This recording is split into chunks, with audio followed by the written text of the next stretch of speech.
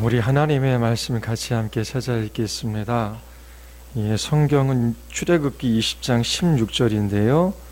이것은 내 이웃에 대하여 거짓 증거하지 말라라고 하는 구계명입니다. 이것과 관련하여 우리 에베소서 4장 25절 우리 같이 찾아서 읽겠습니다. 에베소서 4장 25절입니다.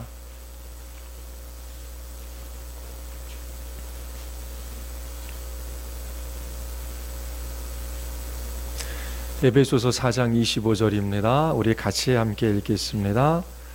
그런즉 거짓을 버리고 각각 그 이웃과 더불어 참된 것을 말하라. 우리는 우리가 서로 지체됨이니라. 아멘. 우리 기도하시겠습니다.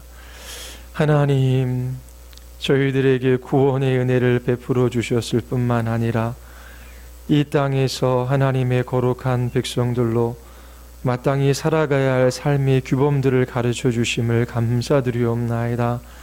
성령 하나님께서 이 진리의 말씀을 따라 살아갈 수 있는 은혜와 약속의 말씀과 힘을 공급하여 주셔서 저희들이 이 세상에서 하나님의 백성임을 증거하게 하여 주시옵소서. 우리의 모든 삶의 자리를 통하여 하나님의 은혜가 얼마나 영광스럽고 위대한지를 나타내 보여줄 수 있는 주님의 자녀들이 되게 하여 주시옵소서. 이 오후에도 성령 하나님께서 설교자와 회중들의 심령을 주장하여 주시고 이끌어 주시기를 간절히 원하오며 예수 그리스도의 이름으로 기도드리옵나이다. 아멘. 지난주에 도둑질 하지 말라라고 하는 말씀을 드렸습니다. 그 말씀을 기억하시나요? 오늘은 거짓말 하지 말라라고 하는 말씀을 여러분들에게 전하고자 합니다. 교회에는 모든 사람이 올 수 있어야 합니다. 청년 때 만난 한 자매는 제가 전에 있었던 교회가 평촌에 있기 때문에 이 교회에 왔다라고 이야기를 합니다. 평촌에 있기 전에는 방배동에 있었거든요. 방배동 하면 부자가 사는 동네인 것 같고 평촌 그러면 좀 촌의 이미지가 있나 봐요. 그래서 만약에 이 교회가 방배동에 있었다면 제가 안 왔을 겁니다. 평촌에 있어서 이 교회에 왔습니다. 그런 얘기를 하는 자매가 있었어요. 그러니까 교회에 문턱이 없지만 사람들은 부자 동네에 있는 교회는 좀 꺼려하는 그런 마음을 가지고 있기도 하나 봅니다. 송소로 교회도 어디에 있습니까? 개포동에 있죠. 예, 개포동 하면은 부자 동네입니까? 아니면 뭐 교육열이 높습니까? 제가 개포동에 와서 목회하리라고는 꿈꿔본 적도 없습니다. 예. 근데 개포동 하면 또 개포동의 이미지가 있어요. 예.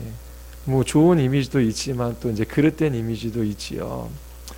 어쨌든 교회에는 가난한 사람이든지 부유한 사람이든지 어린아이든지 노인이든지 아니면 많이 배운 사람이든지 배우지 못한 사람이든지 그가 지방에 살든지 서울 대도시에 살든지 상관없이 누구든지 교회에 올 수 있어야 합니다.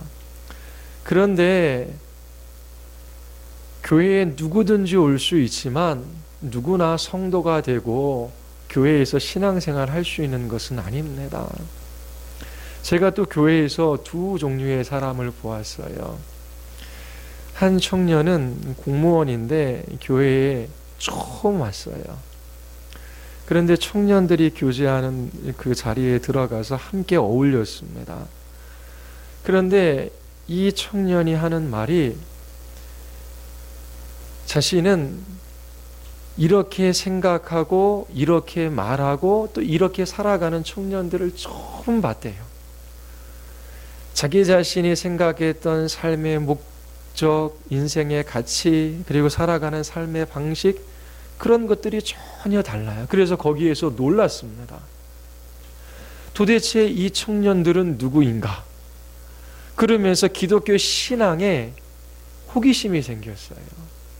그러면서 새가족반에 들어와서 말씀을 듣고 그렇게 기독교 진리를 알아가면서 그리스도인이 되는 그런 모습을 보았습니다. 그리고 또 한 친구는 교회에 왔어요. 뭐 이 교회 저 교회 왔다 갔다 하다가 이제 왔는데, 근데 거기에도 이렇게 청년 몇 명이 교제하는 모임에 들어가서 같이 교제하게 됐어요. 그러면서 거기에서 이야기되어지는 것들 들으니까 나는 저렇게 살 수 없다. 그러면서 교회를 뛰쳐나간 사람도 있어요. 교회에 누구나 올 수 있지만 누구나 기독교인으로서, 그리스도인으로서, 성도로서 살아갈 수 있는 건 아닙니다. 하나님께서 우리에게 은혜를 베풀어 주셔서 자녀 되게 하셨지요. 주님의 거룩한 백성 되게 하셨습니다. 거룩한 하나님의 백성으로 하나님이 거룩하신 것처럼 거룩한 삶을 살아가기를 하나님께서 말씀하셔요. 너희의 힘으로 살아가라 라고 하는 것이 아니라 내가 너희에게 은혜를 베풀었고 이 구원이 무엇인지를 깨달아 알게 했으니 그러므로 너희는 이렇게 살아가야 한다라고 말씀하시는 거지요. 너희의 힘과 지혜로 살아가는 것이 아니라 주님이 주시는 말씀과 성령의 능력으로 그리스도인의 삶을 살아가라고 말씀하셔요. 너는 죽고 내 안에 사시는 그리스도, 그분이 너를 주장하시고 너를 이끌어 갈 것이다 라고 말씀하십니다. 그리고 어떻게 살아가야 하는지 구체적인 규범을 주시지요. 우리가 배우는 십계명입니다. 지난주에 도둑질하지 말라라고 하는 그 8계명을 가지고 에베소서 4장 28절 말씀을 살펴보았지요. 도둑질하는 자는 다시 도둑질하지 말고 돌이켜 가난한 자에게 구제할 수 있도록 자기 손으로 수고하여 선한 일을 하라. 도둑질하는 자는 도둑질하지 말라라고 말씀하셔요. 그리고 두 번째 명령은 자기 손으로 수고하라. 세 번째 명령은 자기 손으로 수고하는 목적은, 일하는 동기는 가난한 자의 필요를 채워주는 것이어야 한다라고 말씀하시지요. 도둑질하는 것은 불법적인 삶입니다. 자기 손으로 땀 흘려 일하는 것은 합법적인 것이지요. 그런데 그 일하는 동기가 그렇다면 하나님 앞에 그것도 죄가 된다라고 말씀을 드렸습니다.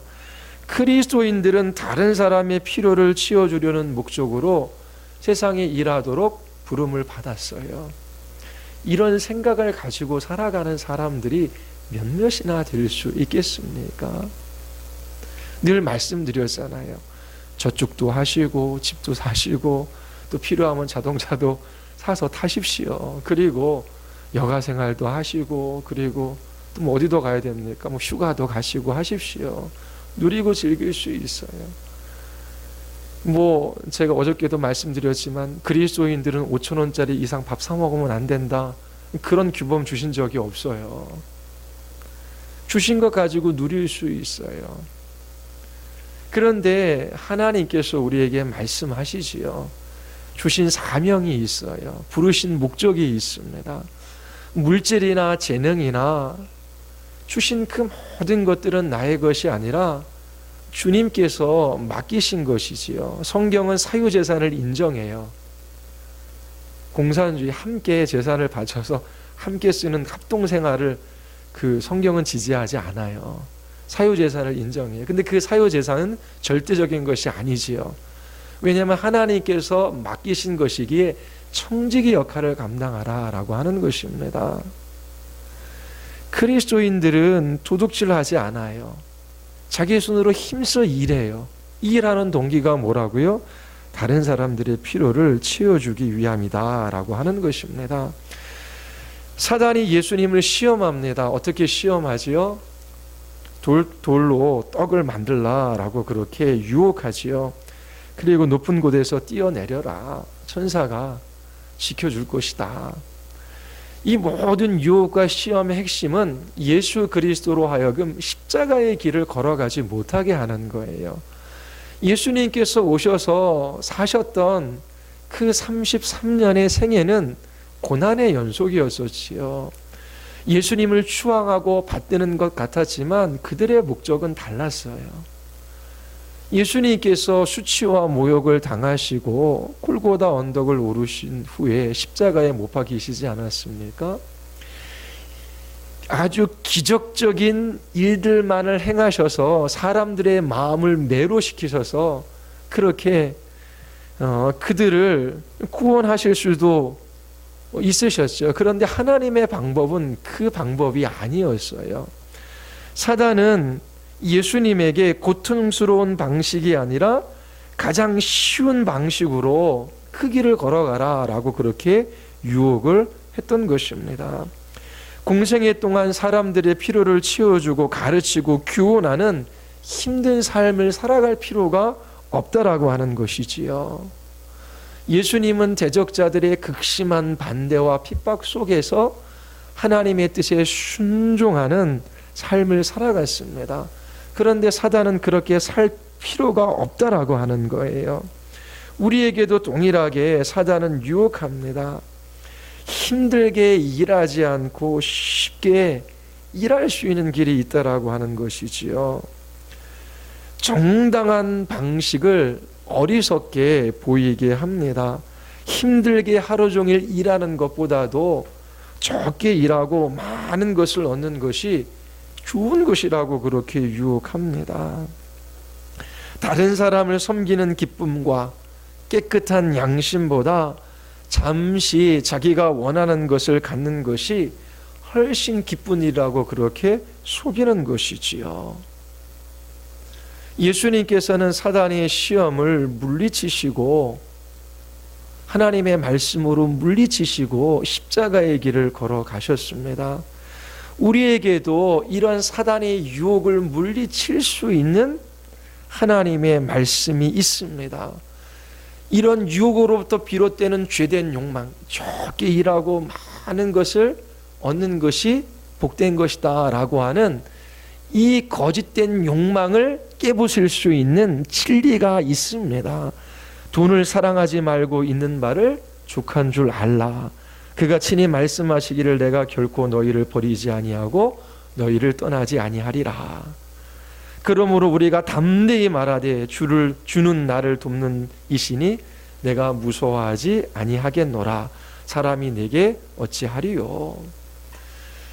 이와 같은 하나님의 약속에 대한 무지와 불신앙은 우리로 하여금 세상에 있는 것에 우리의 마음을 두게 하고 그것을 탐하게 합니다. 내가 결코 너희를 버리지도 아니하고 너희를 떠나지도 아니하리라. 이 약속의 말씀을 믿고 성령 하나님을 의지하여 살아가는 사람들은 사단의 유혹으로부터 비롯된 이 거짓된 욕망과 싸워 이길 수 있는 것입니다. 주께서 보이신 생명의 길이 있습니다. 이렇게 믿음의 싸움을 싸우며 순종하는 사람들에게 하나님께서 주시는 충만하고 영원한 기쁨과 즐거움이 있는 것이지요. 왜 그리스도인들은 도둑질하지 말아야 합니까? 왜 그리스도인들은 땀 흘려 일하되 그 일하는 동기가 다른 사람의 필요를 채워주어야 하는 것입니까? 하나님의 거룩한 백성들이 되었기 때문에 그래요. 하나님께 바쳐진 존재가 되었기 때문에 그렇습니다. 하나님께 속해 있기 때문에 그래요. 하나님께서 우리 모두를 이처럼 거룩하고 흠이 없는 자녀로 빚어가기를 원하셔요. 여기에는 싸움이 있습니다. 나는 죽고 내 안에 그리스도만이 사는 삶이지요. 그리고 그것은 정말로 가치가 있습니다. 영원한 생명과 기쁨, 즐거움이 있는 삶이에요. 싸워보십시오 한번. 그리고 이 세상의 유혹, 시험, 그리고 거짓된 욕망 하나님의 말씀으로 깨 부수십시오. 한 번도 경험하지 못했던 하늘의 기쁨을 경험할 수 있습니다. 하나님은 우리가 땀 흘려 일하되 그 일하는 동기에 관심을 가지고 계십니다. 세상 사람들이 여러분들을 볼 때에 여러분들 안에 있는 하나님의 은혜를 볼 수 있어야 합니다.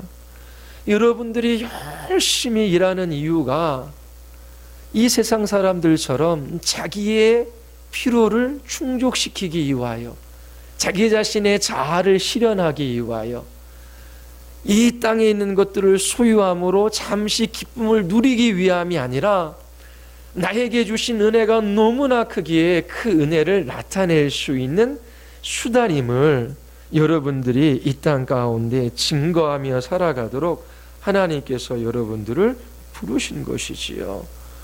그리스도인들은 소유하기 위하여 도둑질하지 않습니다. 그리고 그렇게 소유하기 위하여 땀 흘려 일하는데 그치는 것이 아니지요. 그리스도인들은 나누어 주기 위하여, 다른 사람의 필요를 채워주기 위하여 땀 흘려 일하는 사람들입니다. 이런 사람들이 구별된 하나님의 백성이에요. 이렇게 모든 사람들이 살아갈 수 있습니까? 나는 그거 싫다라고 하며 교회를 뛰쳐나가는 사람이 교회 온 사람들 중엔 있어야 돼요. 그리고 그렇게 살아가는 사람들을 보며 놀라고, 어떻게 저러한 삶이 가능할까라고 하며 그 안에 있는 은혜와 진리가 무엇인지를 궁금해하며 그렇게 그리스도 앞으로 나아가는 사람이 교회 공동체는 있어야 하는 것입니다. 오늘은 거짓말 하지 말라라고 하는 것입니다. 거짓말 하지 말라. 오늘 다 하지 못하고 두 번에 걸쳐서 하겠습니다. 첫 번째는 정당한 거짓말이 있는가라고 하는 것입니다. 경건한 사람들이 정당한 거짓말을 할 수 있는가라고 하는 것이고요. 두 번째는 거짓에 대한 성경의 증언입니다. 거짓말하는 것에 대한 엄중한 경고와 비판을 성경이 하고 있습니다. 세 번째는 이 거짓이 어디로부터 오는가라고 하는 것입니다. 그리고 네 번째는 거짓된 욕망, 두 가지에 관해서 실제적인 예를 살펴보려고 합니다. 그것은 두려움과 욕심입니다. 어떤 두려움이 있어요? 다른 사람이 나를 어떻게 생각할까? 평판을 잃는 것에 대한 두려움이지요. 그리고 육체적이고 정신적인 피해, 손해, 해를 입는 것에 대한 두려움 때문에 거짓말을 합니다. 또 하나는 칭찬과 인정을 받기 위하여 거짓말합니다. 또 하나는 돈에 대한 욕심 때문이지요. 이러한 탐욕과 두려움, 이것이 대표적으로 사람들이 거짓말하는 이유입니다. 그러면 첫 번째로 정당한 거짓말, 선한 거짓말이 있습니까? 성경에서 거짓말하니 한번 찾아보셨어요? 예. 있습니까? 없습니까? 정당한 거짓말, 선한 거짓말이 있습니까? 없습니까? 있습니까? 없습니까? 예, 여기는 없습니다. 있습니다. 예? 있어요? 없어요? 예? 자, 그러면 한번 성경의 예를 한번 살펴볼까요? 예. 하나님을 두려워하는 그리스도인들이 의도적으로 거짓말을 합니다. 거짓말을 함으로 생명을 위협하는 상황으로부터 벗어난 예가 있어요. 출애굽기 1장에 보면 있습니다. 출애굽기 1장에 보면 이스라엘의 자손의 수가 많아집니다. 그들이 이제 힘을 갖게 되는 것이지요. 애굽 왕은 히브리 산파들에게 명령합니다. 뭐라고 명령하죠? 너희들이 해산을 도울 때에 아들이거든 죽이고 딸이거든 살려 두어라. 그런데 산파들이 어떻게 합니까? 1장 17절에 보면 산파들이 하나님을 두려워합니다. 그래서 애굽 왕의 명령을 어기고 남자 아기를 살려두지요. 다 죽이라고 하는데 이 숫자가 줄어들지 않아요. 그래서 애굽 왕이 산파를 불어 그들에게 묻습니다. 너희가 어찌하여 이같이 남자 아기를 살려두었느냐? 그때 이 산파가 대답합니다. 히브리 여인은 애굽 여인과 같이 아니하고 건장하여 저희들이 그 애 낳는 장소에 이르기 전에 먼저 아이를 낳습니다. 히브리 산파의 이 증언은 거짓입니까? 참입니까? 거짓이지요. 산파들은 애굽 왕의 말을 따르려 했지만 히브리 여인들이 건장하여 빨리 해산했기 때문에 아이를 죽일 수 없었다라고 그렇게 거짓 증언합니다. 17절은 산파들이 애굽 왕의 명령에 복종하지 않는 이유를 말하고 있어요. 애굽 왕의 명령에 복종하지 않은 이유가 뭡니까? 하나님을 두려워했기 때문입니다. 하나님께서 산파들의 거짓 증언을 꾸짖습니까? 안 꾸짖습니까? 꾸짖지 않으시죠. 오히려 그들에게 복을 내려주십니다. 그게 20절, 21절에 나와 있어요. 하나님이 그 산파들에게 은혜를 베푸시니 그 백성은 번성하고 매우 강해지니라. 그 산파들은 하나님을 경외하였으므로 하나님이 그들의 지망을 흥하게 하신지라. 거짓 증언했지만 하나님께서 복을 주십니다. 또 거짓말한 예가 있어요. 여호수아 2장에 보면 라합과 두 명의 정탐꾼 이야기가 나옵니다. 여호수아가 시팀에서 두 사람의 정탐꾼을 여리고로 보냅니다. 라합이라고 하는 기생의 집에 들어가서 잠시 머물지요. 그런데 그 정탐꾼이 라합의 집에 들어가는 것을 어떤 사람이 본 모양입니다. 그래서 여리고 왕에게 찾아가서 말합니다. 이스라엘 자손 중 몇 사람이 이 땅을 정탐하러 왔습니다.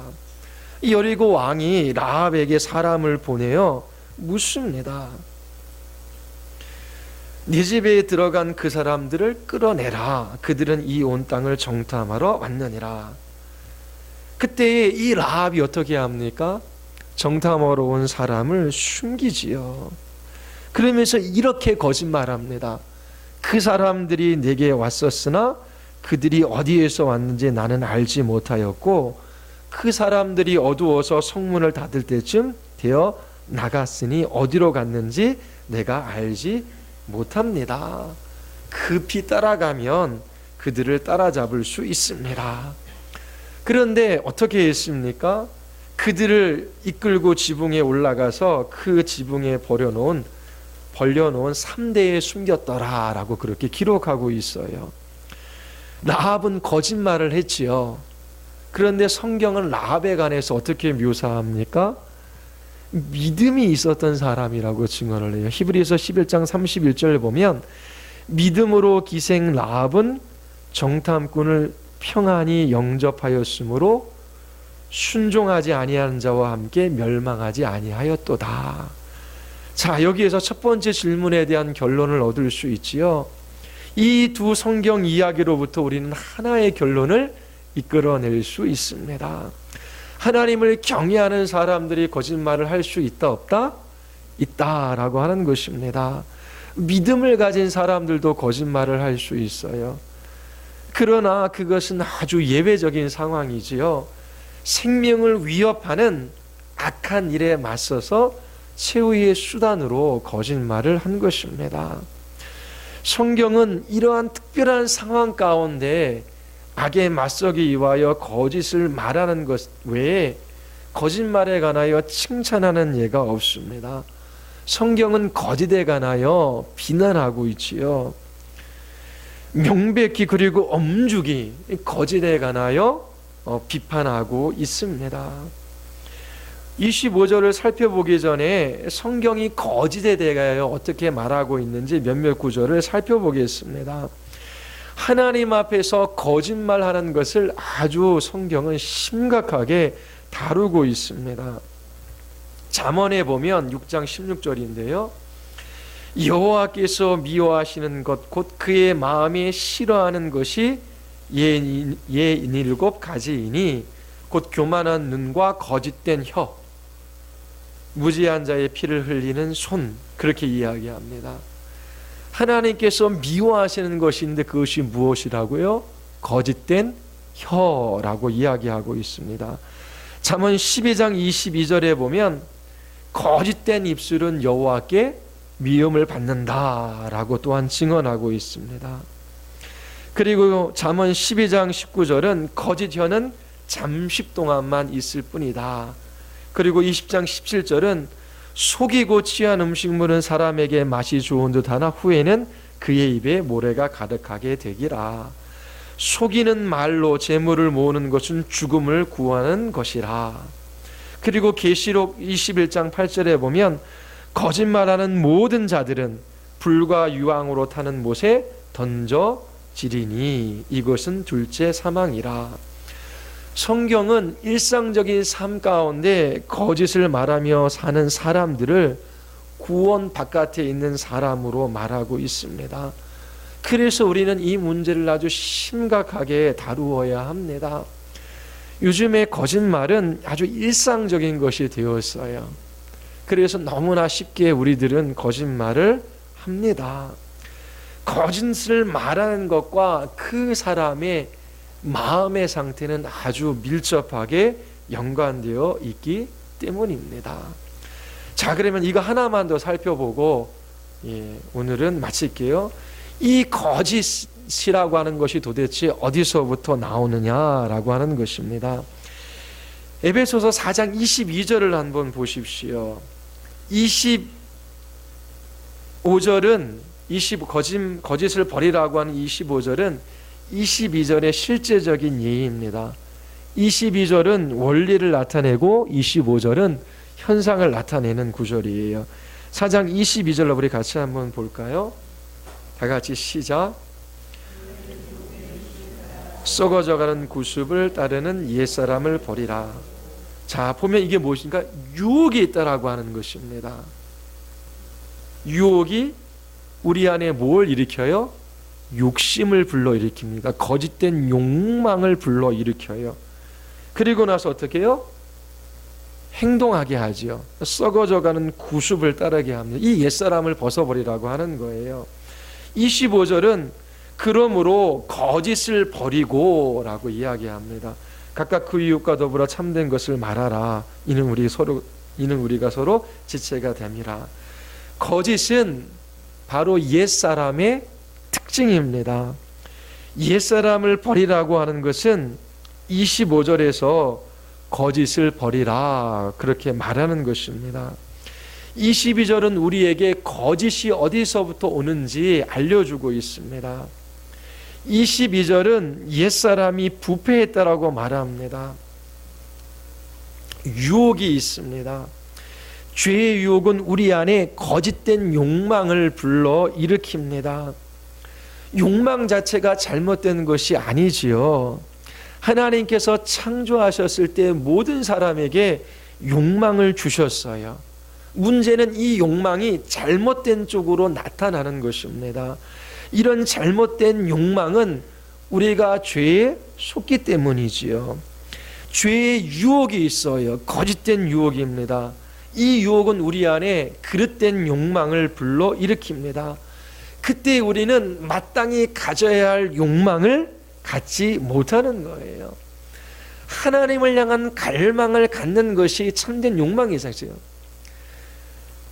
진짜 자유한 삶을 살아가려면, 참된 행복한 삶을 살아가려면 욕망이 있어야 돼요. 욕망하고자 하는 게 있어야 돼요. 하고자 하는 것이 없는 사람이 정말 복된 삶을 살아갈 수 있습니까? 욕망이 있어요. 근데 이 죄의 유혹으로 말미암아, 사단의 시험으로 말미암아 거짓된 욕망을 갖는 것이 문제입니다. 하나님을 향한 갈망을 가지고 하나님을 추구해야 하는데, 이 세상에 있는 것들을 치움으로 자기 자신의 허기진 영혼을 어떻게 좀 채워보려고 해요. 세상에 있는 것에 대한 그런 욕망이 끌어넘치는 것이지요.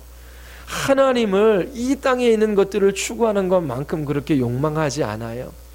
하나님을 소유하는 것이, 하나님을 누리며 살아가는 것이, 하나님의 영광을 바라고 즐거워하는 것이 최고의 복인이다고 분명히 우리에게 알려주시는데, 성령의 인도하심을 따라 그 말씀을 경험하는 그 말씀을 경험하고 싶어, 알고 싶어, 그러면서 하나님의 말씀 앞으로 달려가는 그 욕망보다 이 세상에 있는 것들을 소유함으로 그것들로 자기 자신의 허기진 배를 채우고자 하는 그 갈망이 더 큰 거죠. 그래서 하나님의 말씀 앞에 서기보다도 더 세상 쪽으로 나가는 거죠. 하나님께서 우리의 필요를 채워주신다라고 약속하셨는데 땀 흘려 일하지 말라는 이야기가 아니지요. 그런데 자기 자신이 자기 자신뿐만 아니라 가족을 부양한다라고 하는, 자기 힘으로 먹고 산다라고 하는 그 생각으로 가득 차 있기 때문에 하나님 앞에 자기 자신의 전 인생을 내어 맡기고 하나님의 도우심을 구하고 채워주실 것에 대한 약속을 신뢰함으로 그렇게 하나님 앞에 한 걸음 한 걸음 땀 흘려 일하는 것이 아니라 자기 지혜와 힘과 능력으로 이 세상으로 달려가 버리는 것입니다. 왜요? 사단과 죄의 유혹과 시험이 있기 때문에 그래요. 그래서 그 마음에 그릇된 욕망, 거짓된 욕망, 그것에 사로잡혀서 그 욕망에 기초한 그러한 삶이 나타나는 것입니다. 하나님을 대적하는 사람의 마음은 굳어 있어요. 그들의 지성은 어둠 가운데 있지요. 무지하기 때문에 참으로 가치 있는 것, 마땅히 욕망해야 할 것들을 욕망하지 못합니다. 무지하기 때문에 사단의 유혹에 쉽게 넘어가는 것이지요. 마음의 눈에 밝힘이 없는 사람들은 사단이 이끄는 대로 움직여요. 그들이 참된 것을 추구할 수 있습니까? 참된 것들을 욕망할 수 있습니까? 자기를 사랑한다라고 하더라도 그릇된 방식으로 자기를 사랑하죠. 자기 자신조차도 사랑할 수 없는 사람들이에요. 하나님을 사랑할 수 있는 것이 자기를 가장 사랑하는 최고의 방식 아니겠습니까? 그런 것들은 도저히 이해할 수도 없고 알 수도 없어요. 왜요? 어둠 가운데, 무지 가운데 있기 때문에 그래요. 마음이 굳어 있기 때문이지요. 사단은 우리를 속여 유혹함으로 거짓을 말하게 만드는 거예요. 사람을 거짓말하게 하는 욕망, 그것이 두 가지로 요약될 수 있는데, 하나는 아까 말한 두려움이고 탐욕입니다. 다음 시간에 이것에 대한 구체적인 신뢰를 가지고 여러분들에게 말씀을 드릴 거예요. 다른 사람이 나를 어떻게 생각할까? 평판에 대한 두려움, 그리고 육체적인 해, 정신적인 손해, 그런 것들에 대한 두려움, 그리고 돈에 대한 욕심, 칭찬과 인정에 대한 탐욕, 그런 것들이 있기 때문에 우리는 거짓말하는 것입니다. 이처럼 사단의 유혹으로 말미암은 거짓된 욕망이 두려움과 탐욕스러운 삶에 사로잡혀 살아가게 만드는 겁니다. 베드로의 예를 한번 생각해 보십시오. 베드로는 여러 번 거짓말하거든요. 예수님께서 붙들려 가셨을 때도 거짓말합니다. 나는 예수님 모른다. 그렇죠? 그리고 거짓할 뿐만 아니라 예수님을 저주하기까지 합니다. 그리고 또 그 예루살렘으로부터 내려온 유대인들이 있지요. 근데 이방인들과 함께 식사를 합니다. 이방 그리스도인들이죠. 그런데 예루살렘으로부터 온 그러한 유대 그리스도인들이 이방인들과 함께 식사하는 모습을 보면 나를 어떻게 생각할까? 그러면서 그 자리를 슬쩍 피합니다. 그 일로 인하여 여러 사람들이 실족하게 되지요. 이처럼 대사도인 베드로도 그렇게 쉽게 넘어갈 수 있는 겁니다. 우리도 우리의 삶 속에서 이제부터 이렇게 쉽게 거짓말하는 습관들, 그것을 버려야 합니다.